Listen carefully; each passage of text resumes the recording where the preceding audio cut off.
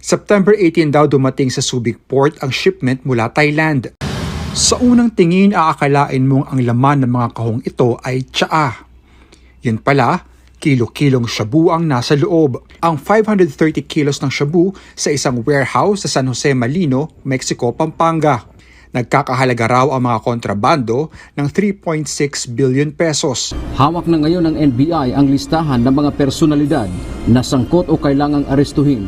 Kasama rin sa investigasyon kung papaano nakalusot sa BOC ang mga illegal na droga. So yung nagbigay po ng building permit, si former Mayor Tumang. Tama po. Okay, Mr. Chair, I would like to direct my question to Mayor Tumang. Doon po kay Mr. Willie Ong. Ilang beses po kayo nagkita ni Mr. Willie Ong? Bali twice po, Your Honor. Saan po kayo nagkita? Sa munisipyo po, Your Honor. Mayor, hindi naman sa pag-aano, pero nangyari po ang pagtayo ng building, ang pag-transact po ng building, lahat ang nakausap po ni Mr. Willie Ong, kayo po. Are you aware that Mr. Willie Ong is involved in any drug dealings? Kap, paki-state mo lang yung pangalan at saka yung inyong barangay. Good morning po, Your Honor. Ako po si Ramonito Bautista, Barangay Captain ng San Jose Malino, Mexico, Pampanga. Please proceed, Mr. Congressman. Chair, may I proceed? One more question to PDEA. Nahuli po natin yung mga droga dun sa Barangay San Jose Malino, more specifically sa building ng Unimax Steel Corporation. Is that correct? Again, Your Honor, may I ask NBI to answer that question? Because, Okay, sa NBI. Doon po natin nahuli, as per report, yung droga doon mismo sa Unimax Steel Corporation building. No, Mr. Chairman, it's Empire 999. Empire 999. So yung pong owner nung warehouse.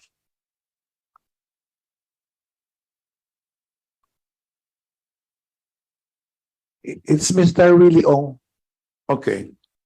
To Barangay Chairman, kailan po tinayo itong building ng Empire 999?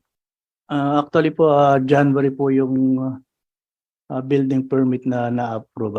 As our record po, November po nag-start yung building. November of 2022. Opo. Nakilala niyo yung si Mr. Willie Ong, Mr. Chair? Namit ko po nung kumukuha sila ng building permit doon sa sa permit sa clearance sa pagtayo ng building. Alam niyo po ba, Mr. Chair, kung kaninong lupa binili ni Mr. Willie Ong itong pinagtayuan ng building? Wala po akong knowledge doon sa sa pagbili nila. Kung Hindi, sino pero bili. you're the barangay chairman. You should know sino-sino yung mga tao doon, sino-sino mga may-ari ng mga lupa. So, sa pagkakalam nyo, hindi nyo alam kung sino talaga may-ari ng lupa. Ang alam ko po, 3 ata may-ari yung kaso. Di ko na alam kung sino-sino sila po. So, Mr. Chair, bago tinayo yung building, lumapit sa'yo yung Mr. Willie Ong. Opo. Nagkausap kayo. Opo, sir, doon po sa pagkuha ng permit to construct po ng kanilang... So, nung nag-uusap pa kayo, Mr. Chair, ano hong sinabi niya sa inyo? Ano hong tatayo niya? Warehouse po. Warehouse. So far, nung naitayo ng buildings, November, ano hong activity ang nakita ninyo doon, Mr. Chair? Actually po, for warehouse po yung naitayo. As of now po, kasi may problema po ata sila sa permits. Wala pa po silang permit, kaya ang alam namin, hindi sila nag-ooperate. Hindi, ibig ko sabihin, Mr. Chair, mula nung naitayo yung building, anong activity ba? Ano bang sinabi talaga ni Mr. Willie Ong sa'yo? Anong negosyo yung bakit sila magtatayo ng building doon? Siyempre, sasabihin niya sa'yo, barangay chairman, Kap, magtatayo ko ng building dito, importer po ako ng ganito, ganun. Ano specifically yung sinabi ni Mr. Willie Ong sa'yo? Anong klaseng negosyo yung ilalagay nila doon sa barangay mo? Ang sinabi po nila, ang business nila, warehouse. Kaya po nagtatayo ng... Warehouse lang po. Opo. So, May walang gas station sinabi po. kung ano hong ilalagay doon, anong klaseng produkto. Ano po, pare-rent lang po nila. It's for rent. So, Mr. Willie Ong, ang sinabi po, Mr. Chair, is nagtayo ng building and then ipo for rent. Ngayon, ang tanong ko po, mula nung naitayo from November until bago nagkahulihan, anong activity? Kasi ikaw ang barangay captain eh. I know, nasa politika din po tayo, lahat ng barangay captains, alam po nila nangyayari doon sa barangay nila. Alam nila kung sinong pumapasok ng mga tao, anong mga klaseng mga ginagawa. So nung naitayo na po yung building, ano ang nakita ninyong activities doon? May mga pumapasok ba ng sasakyan, nagde-deliver po ng produkto, sino pong mga tao doon? Ano ang nakita ho ninyong activity mula nung itinayo ng building, Mr. Chair? Ang alam ko po, wala pang laman yung mga building kasi wala pa sila pa pong permit. Hindi pa po kumuha ng permit sa barangay. Ang alam namin po ng kasama ko sa Sanggunian, mga council ko, wala pa po, hindi po sila nag-ooperate. Pero wala po, yun na nga, okay, nandun na po tayo, Mr. Chair, na hindi pa sila nag-ooperate. Pero wala ba kayong nakikita pumapasok ng mga tao doon? Wala ba kayong nakikita mga foreign-looking persons, mga Chinese-looking persons na pumapasok doon, nagsosurvey o tinignan yung building? Wala po, ang nakikita ko lang yung mga construction worker po nila na nagbabakot sa sa fence. Pero Mr. Chair, mukhang malabo naman siguro yun na sinasabi ho ninyo walang nakikita. Ang daming pakete ito. This is for 530 kilos. Imposible naman pong walang nakakalam dyan sa barangay ninyo na wala nakikita ng mga kahit na sinong tao. Paano pinasok po yun? Actually po, nung September 23, dumating po yung NBI NCR sa amin. Nag-ano po sila na magpapasama sana sa operation nila sa warehouse. That time po wala pa ako kasi may meeting ako sa San Fernando. Pinasama ko po yung isa kong kagawad at saka barangay secretary. Pero Mr. Chair, nagbigay po kayo ng barangay clearance kay Mr. Willie Ong na magtayo ng building. Opo, building purposes sa pagtayo nila. Meron mo bang permit ito, building permit galing sa munisipyo, Mr. Meron Chair? po, meron po sila. Anong sinasabi mo kanina, Mr. Chair, if I'm not mistaken, sinabi ninyo, kaya walang pumapasok doon, walang activity dahil walang building, walang permit. Wala pa po silang business permit. Business permit po. Pero ang building permit meron Building na po. permit po, ayos po, natapos po nila. Nung natapos po yung building, Mr. Chair, kayo ba ay nakapasok po doon? Opo, doon sa harapan kasi may mga guard na doon. Saka Kasi minsan- siyempre, kayo po ang barangay captain, Mr. Chair. Edi siyempre, minsan curious po tayo. Kung ako barangay captain, gusto ko rin po makita, ano itong tinatayo to, malaking building. So, being a barangay captain, I should know everything that goes on my barangay. So, minsan bibisitahin ko po Opo, yun. So, nabisita nabisitahin ho ninyo. nabisitahan ko po, wala pa naman nagre-renta doon sa sa mga So, nung pumunta po, Yes, Mr. Chair, walang tao. may mga tao po yung mga office worker nila doon sa may container van office. Nakita ho nyo ba na may laman yung bodega? Wala po. Wala ho. Ngayon, nandito po ba, Mr. Chair, ang taga-munisipyo ng Mexico? Comsec, do we have the presence of former Mayor Tumang?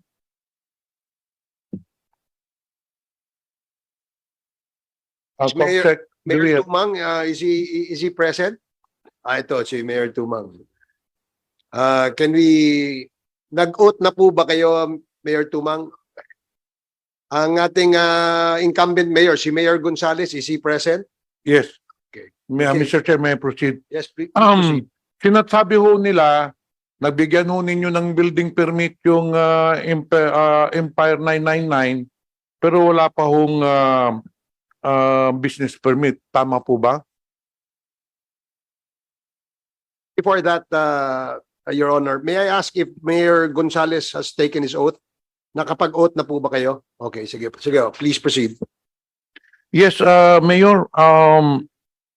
Nung tinayo po itong building ng Empire, according to the NBI, it is owned by Mr. Willie Ong.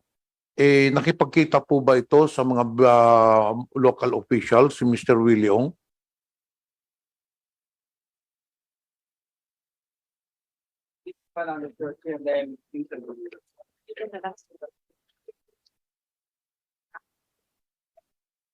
Hindi ko po alam, Mr. Chair, kasi 41 days pa lang po ako sa pagka-install ko as mayor. So yung nagbigay po ng building permit, si former Mayor Tumang. Tama po. Okay, Mr. Chair, I'd like to direct my question to Mayor Tumang.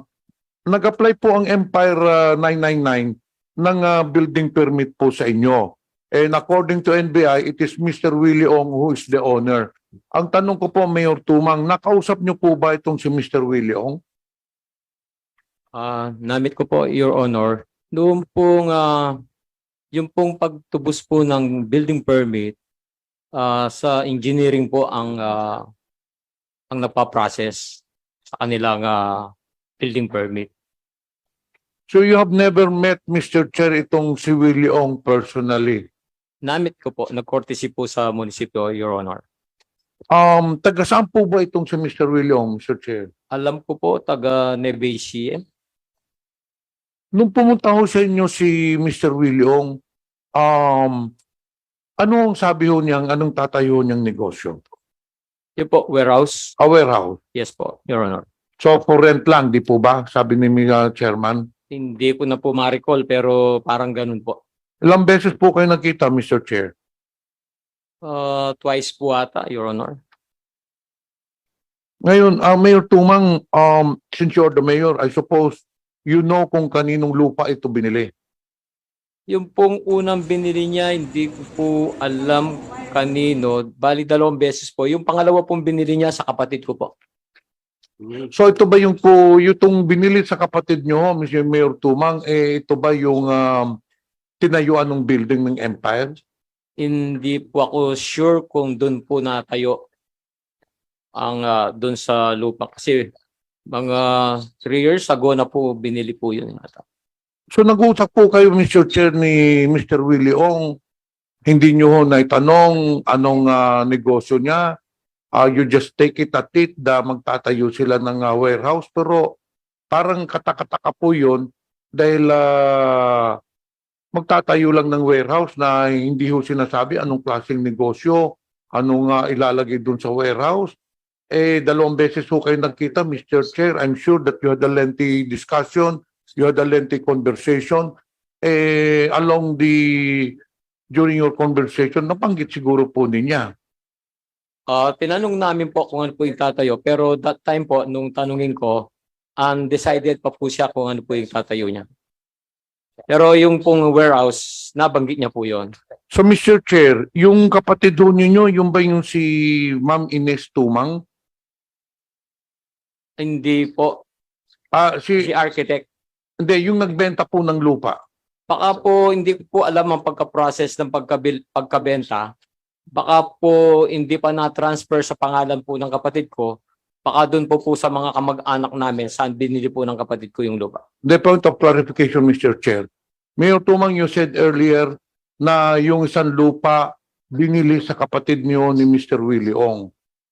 Opo, pero hindi ko alam kung na-transfer po diretso sa kapatid ko. Your Honor. Hindi, paano ho mabibenta yun kung hindi pa nakatransfer sa pangalan ninyo? Baka diniretso po doon sa saan po yung talagang So, pero natuloy po, Mr. Chair, yung bili ng lupa sa kapatid ho ninyo. natuloy po, Your Honor. Hindi nyo lang alam kung ito yung tinatayuan ng warehouse. Yes, Your Honor. Mr. Chair, can we verify whether yung tinayuan ng Empire building doon po nakatayo sa property ni sister ho nyo ba yun o brother? Brother po. Brother. Sino ho yung Ma'am Ines Tumang? Baka yun po yung original owner.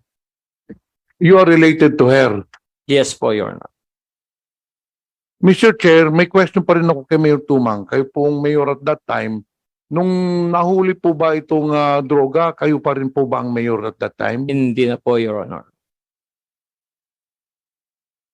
Pero Mr. Chair, Mayor, hindi naman sa pag-aano, pero nangyari po ang pagtayo ng building, ang pag-transact po ng building, lahat ang nakausap po ni Mr. Willie Ong, kayo po. Are you aware that Mr. Willie Ong is involved in any drug dealings? Hindi po, wala po. Anyway, Mr. Chair, I would like to request this committee to verify yung building po na tinatayuan kung na doon po ba nakatayo doon sa kapatid yung binili ng lupa kay Mayor Tumang.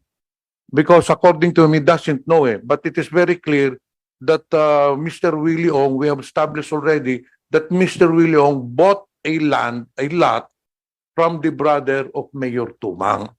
So we really have to establish kung yung lupa ba na yun, doon ba talaga tinayo ng Empire Building so that we will know if the local officials might be involved in this transaction. So Mr. Chair, I will reserve my next question on the next round, Mr. Chair. Okay, thank you, Congressman Pimentel. Susugan ko lang yung sinabi ni Congressman Pimentel dun sa tanong kay former Mayor Tumang. Mayor Tumang, tinanong kayo ni Congressman Pimentel tungkol dun sa pagmamayari ng lupang tinayuan ng warehouse. At ang sagot nyo ay hindi kayo sigurado? Tama po ba ako? Yung pong lupa, Your Honor. O kung sino ang may-ari? Yung pong unang binili po ni Mr. Willie Ong, hindi ko po alam kung sino po yung binila niya. Pero yung pong pangalawang, yung katabi pong binili niya, ang nagbenta po yung kapatid ko. Kaya po hindi, siguro yung pong kapatid ko hindi pa lang po tinransfer sa kanya nung ibenta. Bali, dinirekta lang po dun sa original po siguro. So nag-ahente yung kapatid niyo po, Mayor? Sa kanya po yung lupa. Hindi na lang po na-transfer sa kanyang pangalan. So binili niya yung lupa, hindi pa nata-transfer sa pangalan niya, ibinenta niya ulit. Okay. Doon po kay Mr. Willie Ong, ilang beses po kayo nagkita ni Mr. Willie Ong? Bali, twice po, Your Honor. Saan po kayo nagkita? Sa munisipyo po, Your Honor. So pumunta siya sa inyo sa munisipyo. Yes, Your At Honor. I suppose nagpakilala siya sa inyo, no? Yes po, Your Honor. At nung lumapit sa inyo, yung first meeting nyo, pwede nyo bang sabihin sa amin, ano yung pinag-usapan nyo? Sabi niya po, meron siyang nabiling lupa, magde-develop nga po ng warehouse. Tapos tinanong pa po kung ano pa yung ibang tatayo niyang business. Pero sabi niya po, wala pa, undecided pa po. Yung po bang tinayo niyang warehouse doon ay dumaan ho sa inyo yung building permit, I suppose? Oh, yes po, sa engineering po. So meron hong permit yan? Alam ko po, meron po. So nung binigyan nyo ng permit, na natapos yung building, binigyan nyo ho ng business permit din? Hindi na po akong incumbent mayor noon. So Hindi ko alam po sa engineering kung bigyan na po ng occupancy permit. So may I ask the incumbent mayor if there's an occupancy permit tsaka business permit po itong si Mr. Willie Ong? Occupancy permit lang po. Yung business permit po, wala po yun yung treasurer po. Ito po municipal engineer ko ang sasagot niya. Sige, pwede po bang matanong, pakisagot lang po kung ikaw ba'y naka-oath na rin, engineer? Nakakasama ka sa oath? Okay. Good morning po, Mr. Chair, or good afternoon, Your Honors. Bali po yung building permit niya, nag-secure po siya nung October 21, 2022 under the name of Empire 999 Realty Corporation, Willie Ong. And secure na rin po siya ng Certificate of Occupancy this August 25, 2023 po. Pero business permit po, hindi pa daw po siya nag-secure. So meron po siyang building permit and occupancy permit, So may Mr. building, Chair. may occupancy, pero wala pang business permit. Yes po, Your Honor. Perhaps that explains bakit wala pang activity